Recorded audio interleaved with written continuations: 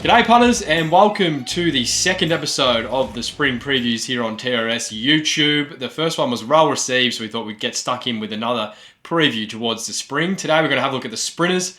Trav, it's going to be an interesting sort of time in the next probably 2 or 3 sort of months with the sprinters. So you got Ying Rising coming over for the Everest, and of course who ends up racing in the Champions on Champions Stakes Day. So we're looking forward to seeing how the sprinters pan out.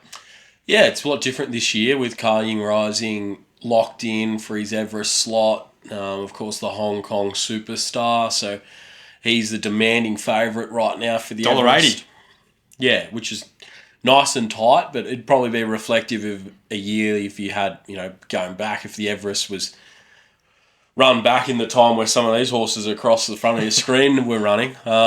You would have had, Black Caviar, a long price favourite for an Everest months in advance, and you look back at sort of horse like Takeover Target, he would have been a short price favourite a fair way out, those sorts of horses. So it's good to see getting racing books for Christmas every year is finally sort of paid off or something. They're not just stuck away in the cupboard anymore. Yeah, I might have to go back and read a couple, be refreshed by the stories of the champions of years gone by. But it's going to be an interesting spring carnival regarding who can become the top Australian sprinter. There has been a vacancy at the top since Nature Strip's retired. I don't think that's been filled by any particular one horse in the past 2 seasons. So, you've got Imperatriz, who, she probably filled it, I suppose, for a period, but she didn't run in the Everest. So, which was I suppose the bit of the difference there. She was the dominant weight for 8 sprinter for that season going back 2 years ago. Ballinipatina, of course, last year won the Everest, but we knew on the right day she was beatable. I Wish I Win has sort of had his moments. Think About It had that great run. Giga Kick. He's had his sort of moments at the top. Yeah, he's the last one of those horses who's still racing, really. I suppose Private Eye is, but he's gone a different path. Sort of more a 1,400, 1,600 metre horse these days. There's no real discussion about him running in another Everest. So... Yeah, it's a much different looking sprinting scene, and you look at the top of the betting right now for the Everest, and you look under Ying Rising. You've got Autumn Glow, who we've now heard today will not go down that path, so you can pretty much put a line through her for the sprints. Private Harry, who's a new season 4-year-old. Briasa, who's slotted, who won the TJ. Jimmy Star, who won the Oakley Plate in the all-aged. Then you've got Jolly Star, Lady Shenandoah, Sunshine in Paris, Giga Kick, War Machine. So when you look at those names, there's 5 of them have never seen an Everest. So it's a new brigade of sprinters. Obviously, Jolly Star, Sunshine in Paris ran in the race last year, and they've been mainstays of the sprinting scene for 12 months. And Giga Kick, yeah, I don't know what to sort of make of him going to a spring carnival. He was obviously a bit disappointing. He's in an Everest this year. He's like getting slot 12, isn't he? Yeah, well, I'd say need to prove himself early. Yeah. In the spring, and it doesn't sound like they've got him up. He hasn't had a jump out yet at this stage. Yeah, like he looks like he'd probably, at best case, resuming that last week in September, early October, which doesn't give him really a chance to probably book an Everest slot, really. So, yeah, I mean, it's going to be a much different race for the King of the Mountain. All right, let's talk about this Hong Kong star, Ying Rising. We're going to have a look back at a couple of his replays, probably just the Group 1s, where he won the Queen's Silver back in February, and his most recent win was in April in the Chairman's. Look, he's looked outstanding, hasn't he? I think the big question mark is what is he beating? Yeah, I mean, that's hard to line up because he's beating horses that are trained in Hong Kong like himself. He hasn't really beaten any world-class horses except for his performance in the Hong Kong Sprint last year, where if you bring up the field there, he beat a couple of overseas gallopers. But in terms of the majority of his competition have come from Hong Kong. So Helios Express is his number 1 rival, who I think would be competitive here in Group 1 sprints. I can't see any reason looking at his punting form numbers, his data there, looking at some of the ratings that are posted from, around X and all those type of things. Helios Express would come here and I think he'd be competitive at Group 1 level. I don't think he would be at the level of Jimmy Starr, at the level of Private Harry, at the level of Briasa at their top in the autumn, even Jolly Star. I think he'd be a peg below that. That's not exactly backed up by data, but that's a bit more feel. But he's a quality horse. In terms of the Everest being Ying Rising's biggest test, I think that's fair to say. Because he's got to come away from home. So, that has to be his biggest test.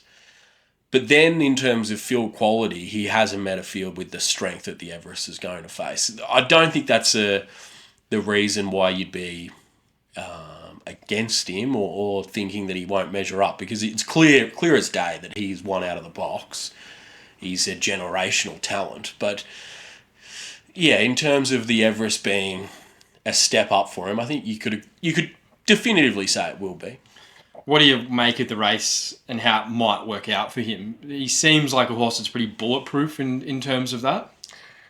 Yeah, well, I think it's worth referencing some of the tempos he's ran in the races in Hong Kong. So he's able to sit off fast speeds and get the job done. So you're looking at his punting form profile now. His biggest punting form numbers, these can be fraught with danger, really, treating him with, as a class reference, yeah. So 16.6 above, but that's the fastest run race he's seen. Most of his stuff sits between sort of that 11 to 13 mark. So that rating just suggests to me that in a real fast run race, he can still go to those big levels. What was his margin that day when he went plus 16? Where are we going? 19th of the first. I'm going to have to watch the replay to get up the margin, but it looks like it was pretty big in the end.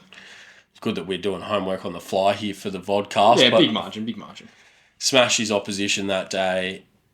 Yeah, I would think... Well, we've seen the last few Everest, they haven't been brutal run races. No Eduardo, no Nature Strip. There's been none really. Just usually the roughies sort of get up there and set a fast tempo, but that hasn't, last year was a slow run race. We'd look through the horse who could potentially get an Everest slot, and it's Overpass who's probably the horse who would be on the radar of everyone if he was to make the field. But they've been very open that they want to target the Sydney Stakes with him again. They don't think he's probably capable of winning an Everest. They don't necessarily... I think there's a bit of a thought that the way the slots work, it's not really in their favour if he's to run 6th or 5th. He needs to be capable of winning the race. So I think the connections would much rather run him in the Sydney Stakes, getting ready for the Winterbottom that way.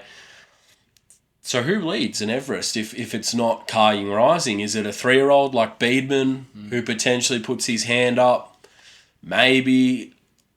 Of the older brigade of sprinters, there's not one horse that stands out as a go-forward type. So, and we've seen that with, the Everest in the TJ. It was a pretty slow run race and they really zipped home there.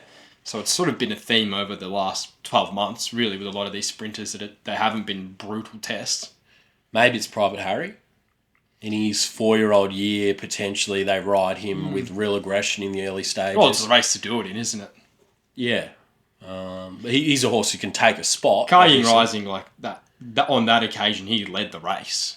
That big number we're talking about at the fast speed. So he has the ability to do it himself. I would sort of think that's probably not the plan in Australia. So you'd much rather sort of take a sit at Randwick than having to lead them up the whole way. But, if you're good enough, you're good enough. Nature Strip did it a few times, so... Yeah, Red Zal, of course, won the Everest a few times leading from the front. So I wouldn't say 1200 Randwick's not a good spot to be on top of the pace. What are the big queries? Right now, he's not a betting prospect right now. You might get $1.80 sort of the week of the race, but... there's some water to go under the bridge. Like we saw with Romantic Warrior when he come out here from Hong Kong. The amount of things that went wrong in that campaign, I don't even think we saw him at his best here in Australia, even when he won the Cox Plate. There's some water to go under the bridge, isn't there, from a price point of view? Yeah, he has to get here and acclimatise well in the first couple of weeks. And yeah, I think you'd want to see him perform up to somewhere near his best when he returns in the races at Hong Kong. He's going to have a prep run there in early September. He'd love to see him run close to his career best in terms of the figures that come out of the race, and just, he'd love to see him just belt up his opposition first up and coming here in peak health, I guess. In terms of the the things that he would, that are potentially barriers for him winning an Everest, I think the biggest one would be a wet track. Yeah, it seems his Hong Kong runs have seemingly all been on surfaces that have been really favourable to do what he's been doing. Well, they've been on good tracks, Even fast tracks. Yeah, so if he was to strike a wet spring, which isn't without the realms of possibility. What we saw on the weekend. Yeah. I was in Sydney last week, and I don't think I've ever been in a place that's rained so much in my life. It was pouring with rain every day. Yeah, well, it could be one of those years where we just get a wet spring, and then if the Randwick track that has been the mail too for a little bit, that it could be a wet spring in both areas. So if Randwick never gets that chance to fully dry out, and then even you're getting to the meeting and we're on a softer track, but it's just more rain affected than a usual spring soft track that gets that drying weather, and it just hasn't had a chance to, then that's probably his query, because you just don't know how he'd handle it. Most top horses, though, you go back through the history of genuine champions, and not many of them don't get through most ground conditions. Yeah, we saw that on Saturday, didn't we, with Via? They seem to handle most conditions you throw their way. He's a fascinating runner. I think he's the most fascinating import to ever come to Australia, from my point of view. Yeah, it's an interesting point calling him an import, because he was raised here. Yeah, he had a few trials here and then was sent over. Yeah, he famously had a trial at Maui, which looked very, very good, and then he was bought by his connections, and of course races for David Hayes over there. He was prepped up by the Lindsay Park team down here. Well, I think at where he is in his career at the moment, we may have seen some come over before they're at their best and maybe after. He seems like he's right in the peak of his career, and he's travelling to here. Off the top of my head, so we didn't do a lot of research, or there wasn't a lot of conversation about what you were going to say about Karting Rising, which is great from you for podcasting. No, that's just how we roll at TRS. It's all off the cuff stuff. So it could be missing one that's very glaringly obvious. But so who are the best internationals to come out here? Lise Grouchot, and she, I would probably say at the time, was in the top 10 horses in the world, but probably only in the top 5 in Japan in terms of the big European horses. You're looking at the horses that have sort of come out here for the Cups and failed, like Yates, Septimus. It's a long time ago. Yeah, and then, in the early 2000s, Grandira, who came out here for Nordley and Sunline's 2002 Cox Plate. I'm trying to think of a sprinter. Cape of Good Hope raced against Silent Witness in Hong Kong. He came out here, won a William Reid. This feels like Silent Witness coming over at his best. Like, that's the comparison, isn't it? We didn't see him. It's very rare to see a horse of this calibre travel. Like Winston travel, Silent Witness, as you touched on, he went to Japan, but he ran predominantly in Hong Kong. Frankel didn't travel. These horses that build the big winning streaks, they run predominantly in their home country. So, from that point of view, it's exciting. Like, there's going to be, we already know, there's people left, right and centre that are trying to book tickets to go to the Everest just to see him. People are trying to change their plans who might predominantly usually go on to Caulfield Cup Day, that want to be at the Everest to see if he can win the big race in Australia. I think it's extremely disappointing that we're not going to see him Melbourne Cup Week at Flemington. Unfortunately. Due to the way the ruling is, and David Hayes wasn't too keen to bring him to Melbourne, given he'd be subject to more stringent tests. RV, after those comments, sort of released or pulled back a few of the rules, but it hasn't been enough to entice connections to run him at Flemington. So that's disappointing. Like, I would have loved to have seen him up the straight as well in a champion sprint, but, we get to see him at least in Australia and Everest, and who's to know? Like, he's still very young in his career, so he goes into this spring carnival as a 5-year-old, doesn't he? He's only had 15 starts, so he could come back. It just seems like the sweet spot to bring him. Yeah, like, we pride ourselves on having the best sprinters in the world. We've seen Asfoora go over and win the last 2 seasons in Europe, and she wouldn't be considered in our top 10 sprinters. So, is that seems like the narrative or the early price, that all seems factored in to Karting Rising, given we don't have the best crop of sprinters at the moment. No, but I think the counterbalance to a bit of that argument is this is the new wave. So We only just started to see him, like Briasa, Jimmy Star, Private Harry all announced themselves in the autumn. There's no reason to suggest those horses can't elevate on their performances going to a spring carnival. So that's exciting. You've got Lady Shenandoah, who is now directed at sprints, who obviously built up an incredible record through the autumn. Yeah, that's an intriguing placement for her. Like, she's going to be first up at 1,000 metres, I heard.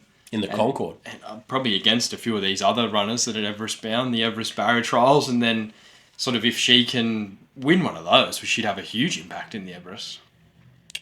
Yeah, and she's a real interest in that 1,200 metre bracket because she's won a decent 1,200 metre contest already in the light fingers. Now, I know it's against 3-year-old fillies, but she beat a pretty handy horse in Lady of Camelot, who's ties in the form with Private Harry. Good yardstick. Yeah.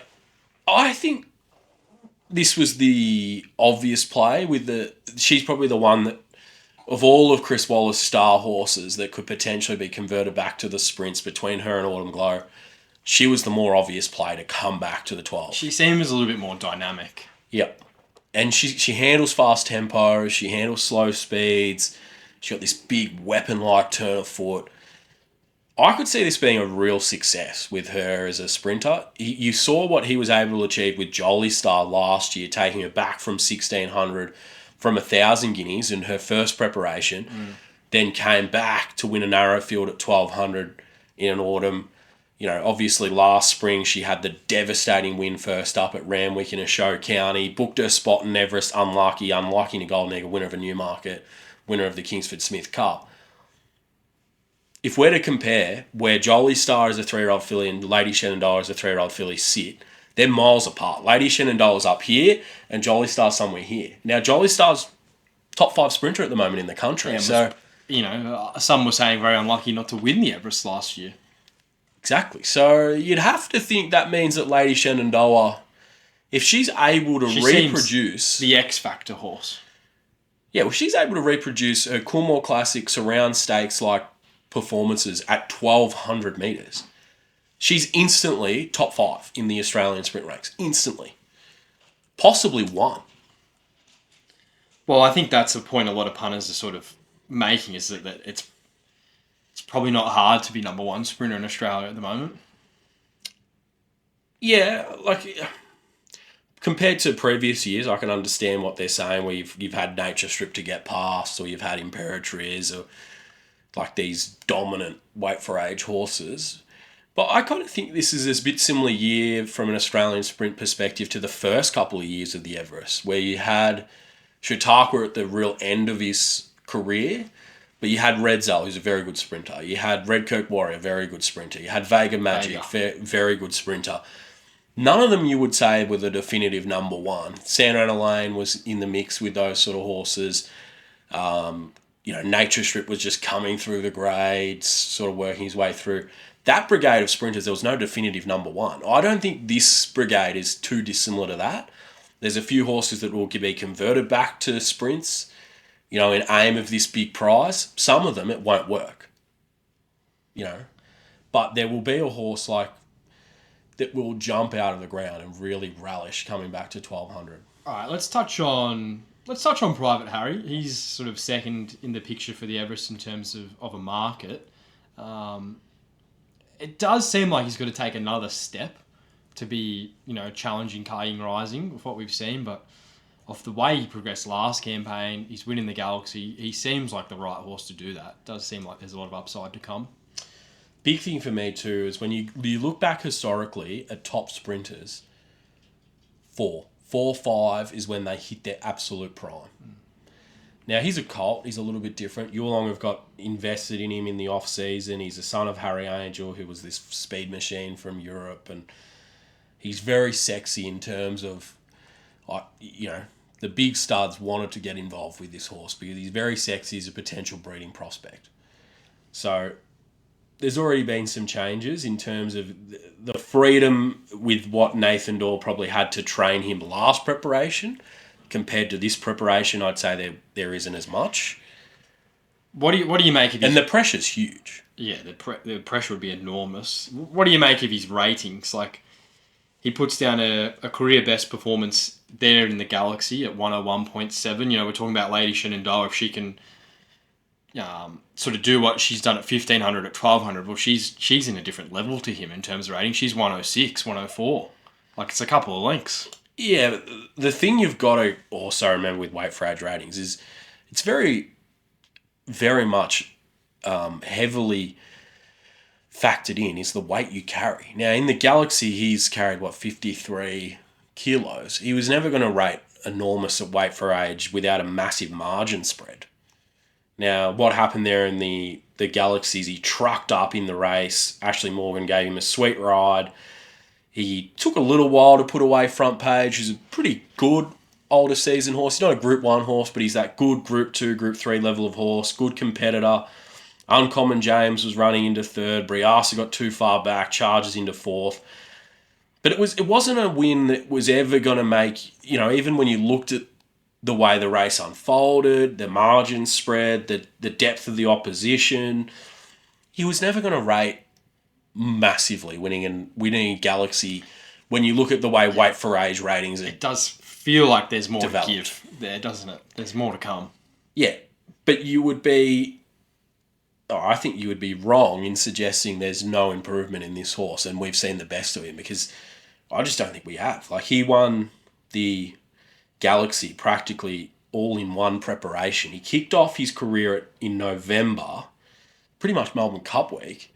He won a Super Maiden at Newcastle over 900 metres. He then went to Hawkesbury, won at 1100, beat the Blade and a couple other horses at Rose Hill and started 210. Then he went to the Sunlight Classic that was meant to be at the Gold Coast, ended up on the Sunshine Coast, had to travel up there. Bolted in. And then it was like, what do we do? Do we rush him back?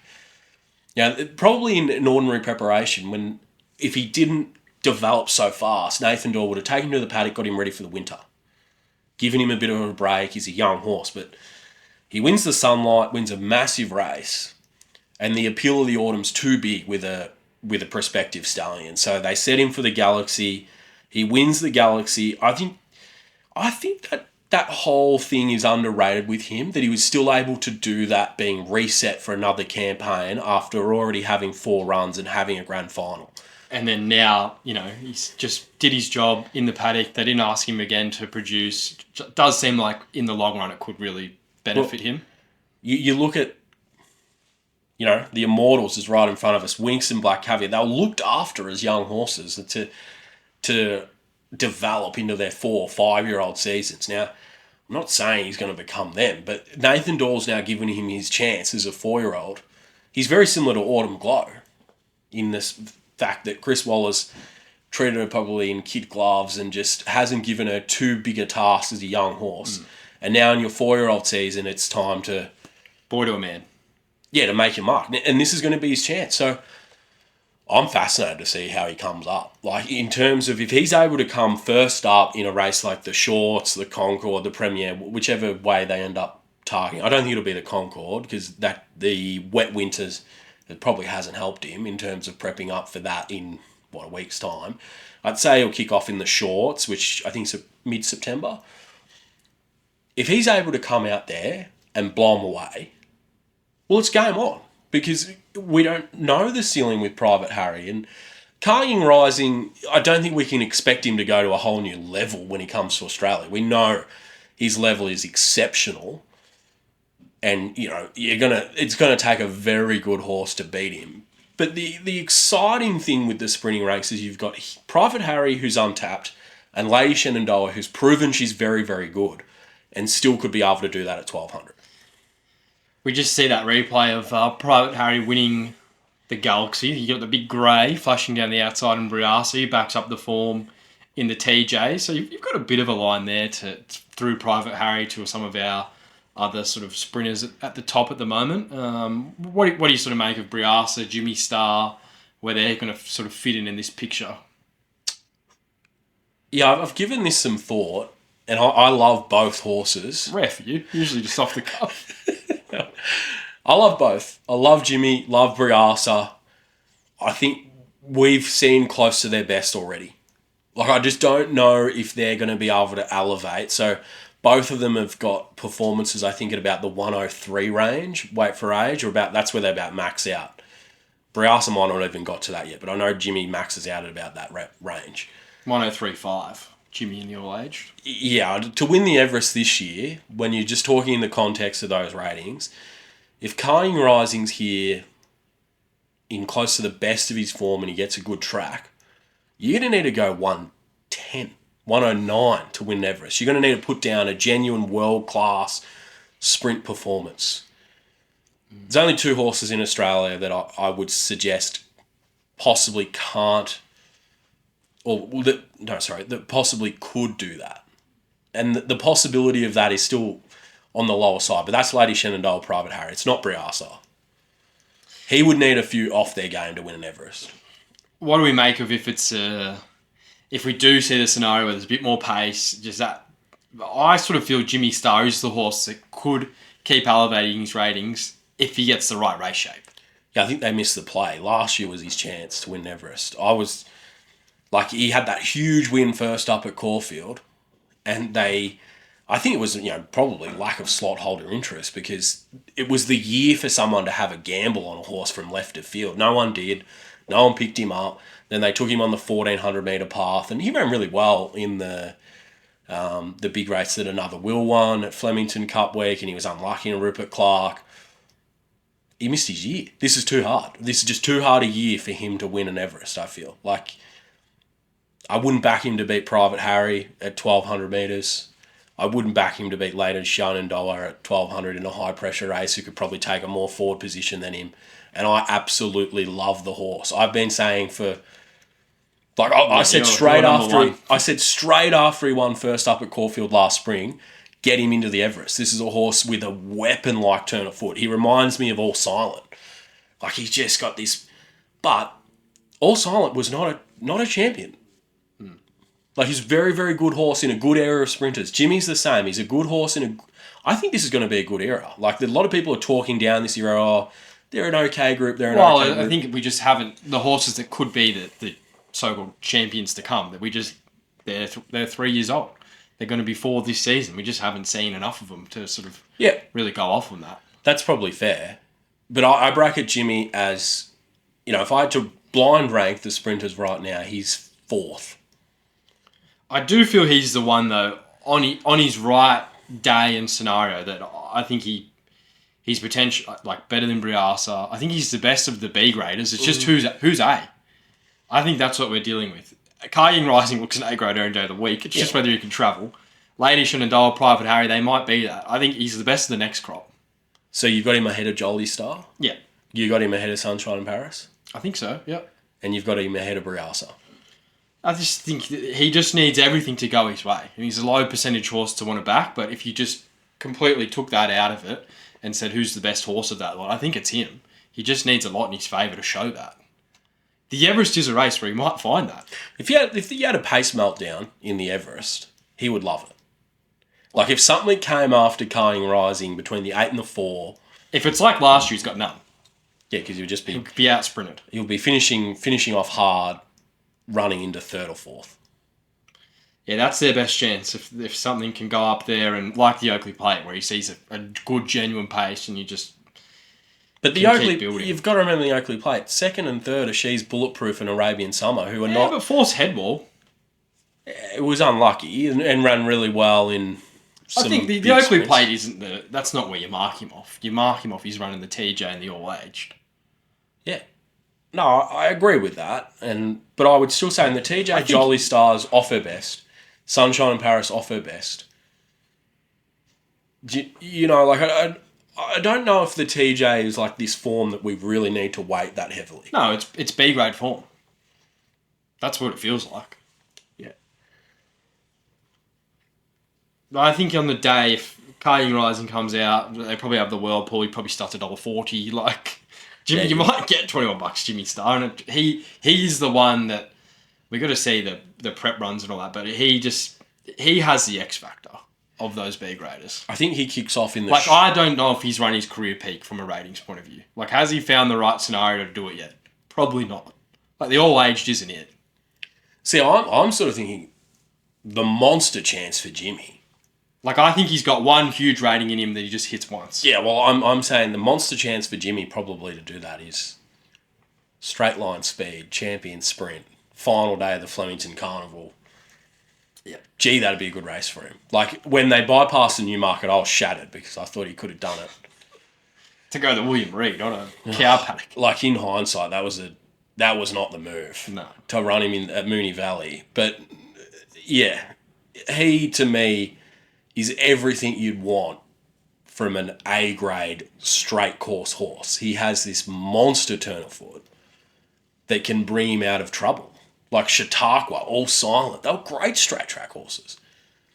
Yeah, like you said, though, he's going to need that pace meltdown to probably win the big one. Yeah. What do you do with Lady Shenandoah early in the prep? 1,000 metres in the Concord. Are you wanting to be on against the likes of Headwall? I think all these races are just like, there is one race that they all want to win for the campaign. She's probably a little bit different, though. They probably want to make a statement. Do they? She'll just get the Waller slot, won't she? Well, yeah, I suppose. It's like she has to bargain for a slot. Chris Waller has a slot. Arrowfield have a slot. I don't think that'll be a problem for her. So who's slotted right now? Ying Rising, Private Harry, Briasa, Jimmy Star. All right. So we've got 8 left. 8 left.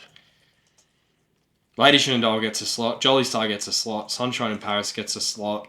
And where do they get slots from? So John Camilleri still has his slot, so he owns Sunshine in Paris, so she's practically a given. Jolly Star might take up Waller's slot. Yep.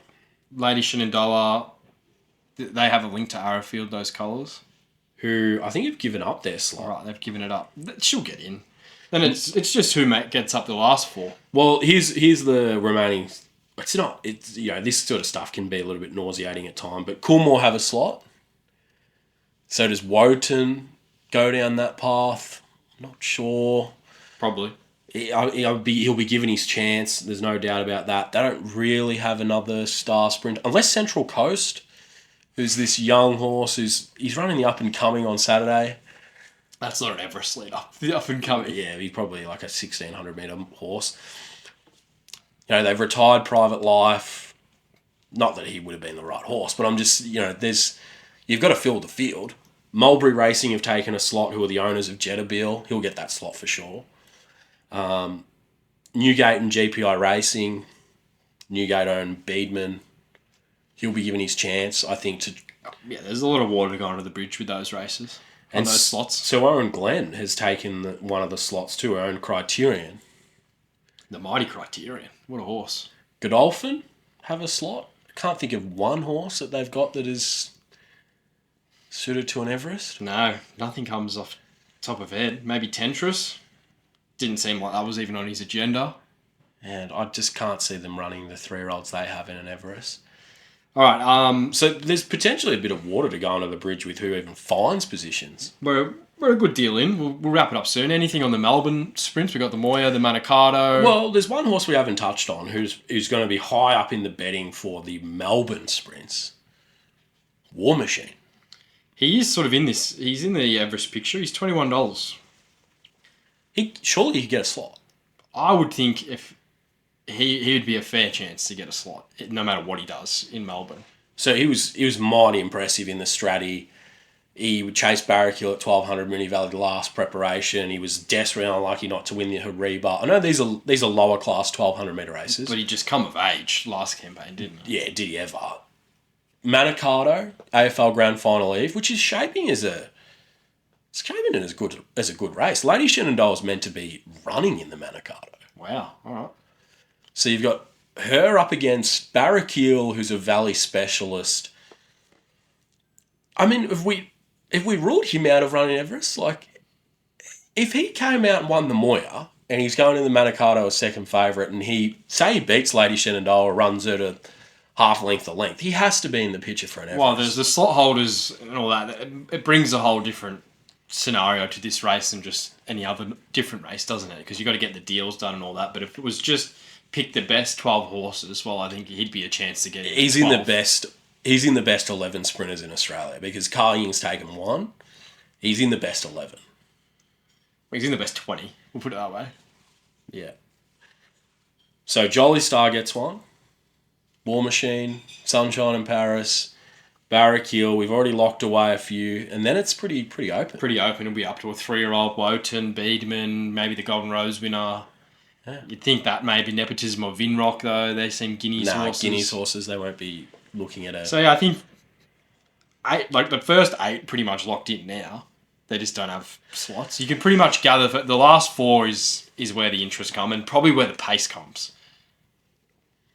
Like, if War Machine's in an Everest, he could be a horse that could drive go a bit forward. of a tempo. Well, Barracuda, like, if I'm a slot holder like Trackside Media, who in New Zealand, I want to get the most out of my slot in Yeah, they're terms probably of good chances to run top 5. mass media appeal. Barracuda has a great story. Good narrative. Surely be a chance to be picked So up. they probably seem the 2 from the Melbourne lead-ups. Yeah, and I'd have Barracuda in front of War Machine, narrowly. I think he's possibly a better horse. I mentioned Nadal on the spring preview that we did at 1, and it just, don't know. This seems like a bit of a prospect if he's just going to come back and see where he's at. There doesn't seem any real talk about him in the media or anything. Well, he might be a horse that gets ready for that real late spring. Like he might be like a Rupert Clark. Oh, they moved Rupert Clark, didn't he they? might be McEwen first up, Cox Plate Day at 1,000 metres, champion sprint, Winterbottom. Yeah, he's still an X Factor, forgotten horse, but I don't know if I'm as much in his team after not hearing anything about him in the last few weeks. Well, I'm just looking for you, like, have we missed anything? She's an artist? No, she got beaten in a Creswick. No, Is she going to make the grade done it to death, I for a feel. big Group 1 sprint? I think it really is it's not going to be a year where you're chancing your arm with one of those horses against Ying Rising, is it? I think it'll be the very well-established horses and maybe 1 3-year-old. That'd be my read on the Everest. Yeah, I'd kind of agree with that. Maybe it's trying to get a horse back from sort of weight for age who's a 1,400. Like I said, Private Eye, probably doesn't go down that path, but gee, when I look at it, he's probably a bloody good chance to get a slot. Just fall in again. Yeah. Because he's a good chance to run a top 6. All right. I think that does us. It was a good chat. I didn't think it would be so Everest-driven, but there's not a whole lot else to take out from a Melbourne point of view. We've missed one. He will get a slot. Headwall's got to get a slot. Oh, Headwall. He's got the same problem as Jimmy Star, doesn't he? He needs everything to go his way. Well, he probably should have won the TJ. Yep. He's pretty stiff in the quokka. And he was another one that just come of age last campaign. He just come out of nowhere, didn't he? And he just put up racing so well. Like, he should have finished so much closer in the Oakley Plate. Yeah. Yeah, he's low percentage, but at the right price, you'd be interested. Yeah. Well, it'll be interesting. So, how many of those horses go to Melbourne for the Manikato now that it's 2 million? Now, we've got Lady Shenandoah saying, Connection saying they want to run her there. There's perfect sort of positioning to the Everest. I think it's 3 weeks to the Everest. So, it's just positioned in that right spot. For a preparation point of view. Yep. So they haven't really said with Private Harry. I doubt he running that. I think he would just go shorts and then maybe the Premier into an Everest. Yeah. Jimmy could be in the Manikato. Yeah, he could be a chance to be there. Oh, he was getting trained out of Sydney this campaign. I did see that on their socials. I doubt Briasa. He'll stay Sydney. So. All right. What do you think, Beedman? He was the horse we touched on him a little bit in the spring preview. We sort of put the slows on him a little bit, didn't we? Yeah. I think that if you're just going to... I really want to see him. Like, right now, there's a huge chance he's completely overhyped, overrated. If he comes out and bolts in first up, he's more in my thought process than before. But right now, like, that Gold Coast win, that can't be real. That just has to be Fugazi. Yeah, like there's a big part of me that thinks it's on its own island. It's mythical. It's a wazzy. It's a woozy. It's a whatever. But if it's not, though, then he could be some. Maybe we've got to take our tinfoil hats off. I have the tinfoil hat on a bit with the ratings. I think that's my job on this show. We haven't mentioned many 3-year-olds from Melbourne. I don't think there is one that would like really. There's just none that have like jumped off the page yet, is there? No, unless we see one this weekend, which I highly doubt it. No, unless it's a horse like. It would have to be a horse who's just come off a maiden. Yep. Who makes that huge progression. Where's Bustling? Yeah, don't know how his career sort of ended up after last year. I just remember going into this spring last year, he was locked into whatever a spot, and he was like 4th favourite. He had 2 runs since. He's had bad feet. Yeah, he's had a tough lease on life since he came over to the eastern states, hasn't he? Yeah. Nothing's really worked out too well for him. And then you've got... I would have thought the horse that could really mix it with some of those, especially in those Melbourne sprints, but he's staying in WA for Winterbottom, is Joker's Grin. The Perth horse. But Western Empire? not at 12. 1400. All right, that's the spring preview EP2 done and dusted. What are we doing next time? Chuck us a follow on Instagram, punters. We've just launched that, so get around that. Next time, we're in the talks of the Cups. We just don't know if it's a bit too early. Well, the big thing for me with the Cups is we could talk about 10 internationals. And 1 comes. And 2 or 3... No, there'll probably be... 8 come and 1 gets into the race. That's the point there, Nico. One of them ends up getting there. We saw... There was all this talk about the Sober coming, the French horse, owned by OTI. He's had a great season over there. So, he'll be a lock to come. Last week, no, he's not coming. The Ebor winner, not coming. They're just... You want to see him arrived at Tullamarine and then going to Werribee, and then you want to see them pass the vet checks. They've got to be in the field before you really look at them. We might have a look at sort of maybe the Australian horses or potentially the 3-year-olds. We'll keep it going. There's some good love around for the YouTube channel, so we'll keep the series going for the meantime. Well, it's a big week this week for some of the big calls that we made in the spring preview week 1. Mr. Brightside, Fangirl, they kick off in the Memsey. For us, we don't want either of them winning the Group 1 after our takes, as much as I love both horses, but self-interest first. Yeah. Revelare, I thought he was all right at Caulfield the other week, goes around the Headley, like to see a bit more improvement. Gilded Water kicks off on Saturday at 1800. Take note, punters. Middle Earth kicks off at 2000 on Saturday, so it's all happening. All right, thanks for joining us. Stay tuned to all the socials for anything else, punters. Get involved in the Patreon as well if you want more content. We put out plenty on there throughout the week. I'll put a link in the description if you want to tune in for our previews and reviews week to week. All right, thanks for joining us here on the Spring Preview EP2.